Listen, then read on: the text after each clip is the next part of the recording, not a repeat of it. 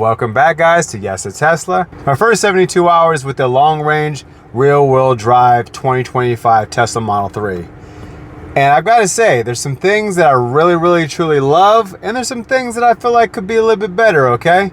We're going to start with one of the first things that had to be actually repaired before I even took delivery of the car.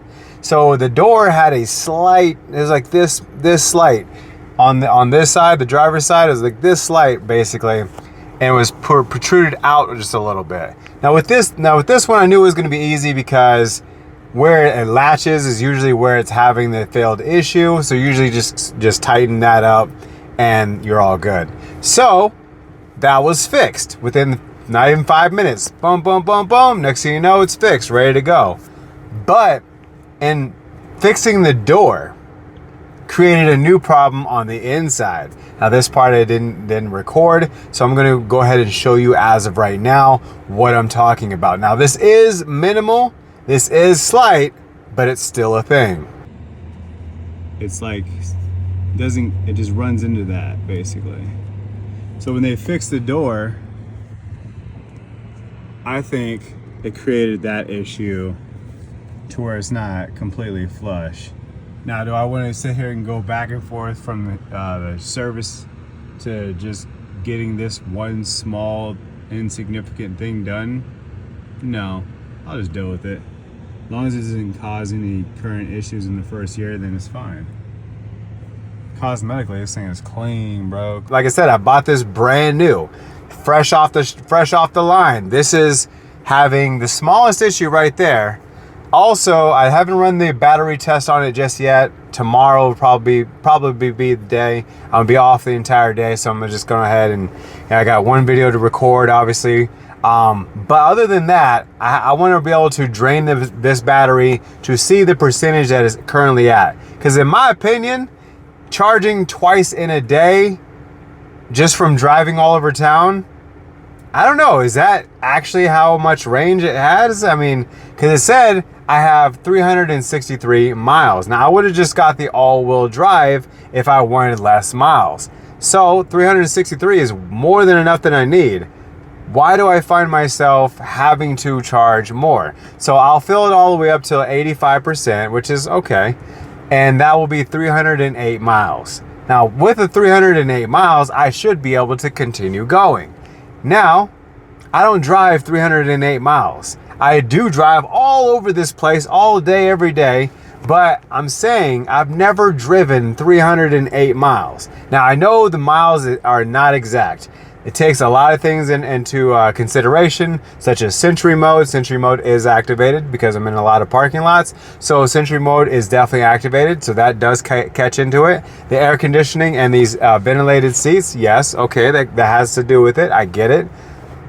But like this much, like right now, currently I am at 37%. I started the day with 280 miles. Currently it says I have 151 left, which is more like 100 left in my opinion, just from looking at the percentage showing. So I have 42%. 42%.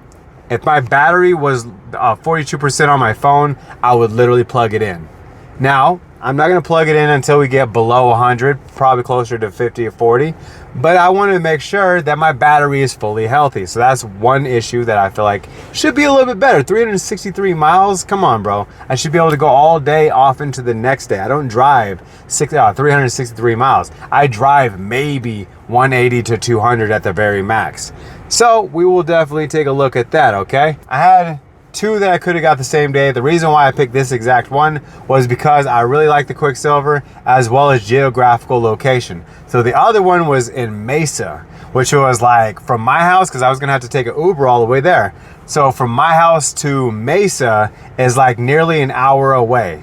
From my house to where I picked this car up is less than 20. So based off of geographical location, I could have had a blue Tesla Model 3 2025, same exact, all the specs would be the same, just literally blue with white interior, but instead I have Quicksilver with black interior. Now I don't have a problem with black, well, these are more matte black anyways. I don't have a problem with them. I just feel like I feel like it just gets so dirty. Like I just have to just wipe it down, wipe it down, wipe it down. And I could be anywhere. I could be here, I could be there. I could be driving down a dirt road. No matter what, I'm gonna have to wipe down the car and make sure it's clean. Now, I know my car is going to get dirty. I know I'm gonna have to wash it. I'm not taking this through a car wash. I'll obviously be doing that myself. I do have a pressure washer. So I would suggest anybody who's not gonna get PPF film, which I'm probably not gonna get PPF on this. I don't wanna spend $2,000 or $3,000 just to get PPF on this. And it doesn't even increase the value on your car. It does protect it, but it's not a big deal. So what I would suggest is washing it not in the little spirally the car wash with all those spirals and go all over your vehicle. I would highly suggest, if you do have to take it one of those types of places, make sure they don't have this spinning brush, the big spinning brush like that goes over the top of your car like that. Don't use that. Do not use that. The only one I've ever trusted was the ones basically they have these long strips of like soft polyester or something that slaps against your car and drags off the dirt that way by using water pressure, soap, and those things right there. There's no big brush that goes down the top. There's none of that. So that's how you want to take care of your car. Or get it hand washed, obviously more expensive. Do it yourself. So hand wash, I think, is like $100, maybe 200 in certain areas. So might as well spend that same $200 on a pressure washer and do it from home. Now, obviously, I stay in a house, so I'm not going to say that you in an apartment would be able to take advantage of that. But hey, we all aspire to get somewhere, okay?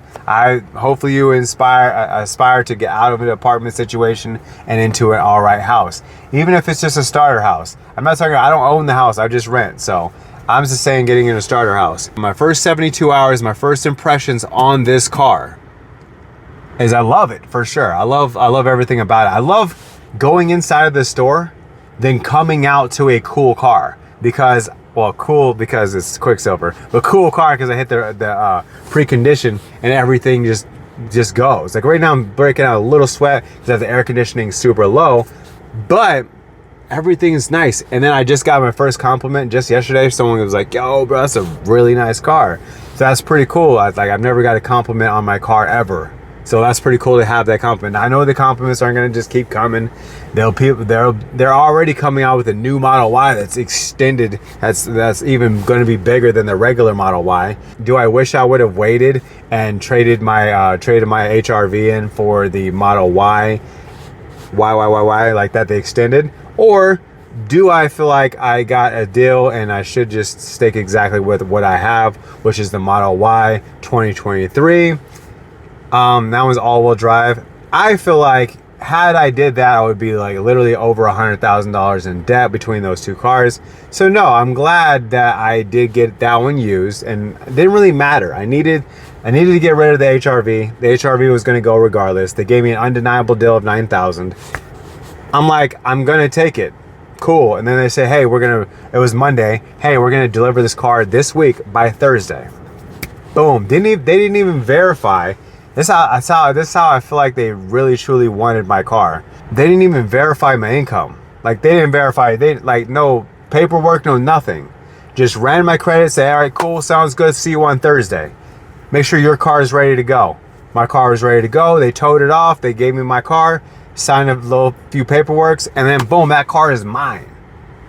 Model 3, here I am, brand new. Now this one, I could have held off on the Model 3 100%. I didn't have to trade up for this, but curiosity got the best of me. I was like, should I? I wonder if. And all those things led me into buying this car too, which I would have got a used one. I should have just did the used one. But content-wise, I'm glad I got it, baby. Because like I said, that's why I've been doing all the content I can. And I'm able to share this experience with other people out there who feel like they would never get approved for a car like this, or whoever, like things like that nature. And this is not a flex whatsoever. I'm not saying, oh, look at me. Not at all. I would have got the blue version, in my opinion, had I wanted the look at me car. But I feel like other people decide not to get this car because they feel like they won't get approved for their car. And as a person with, as someone told me to my face, terrible credit, they're a little bit desperate right now. They're between a rock and a hard place. September 30th, the tax credit goes away. We're at the end of a quarter. They always do a hard push at the end of the quarter. They know that it's easier to get you qualified for a $7,500 tax credit going towards a brand new car rather than a $4,000 tax credit that has to only go for $25,000 or less, and that there's not many of those ones in inventory. Those ones go really quick. And even if you did get that, you're thinking about like 2021, 2022 at the very highest, and it probably has a lot of miles. That's why they're able to push you into getting a brand new car, which is better for them because if you default on your loan, they have a car that they can resell on the used market all day, every day. If you default on an already used car, that means there's gonna be more miles, there could be more issues, they're gonna have to fix things. They would rather just sell you a brand new car and repo that and sell it again and again and again until it gets to that point where the other one was. I see why they're doing it. So if you need a car or if you're thinking about getting a Tesla, make sure you click that link down below to get a little bit off your car. You'll have the main benefit of this at all times. I will have a benefit as well, but you will have the main benefit because you're already going to be buying a Tesla anyways. Click that referral code right there. Take it up. It really helps the channel. I appreciate you guys, and I'll see you on the next one.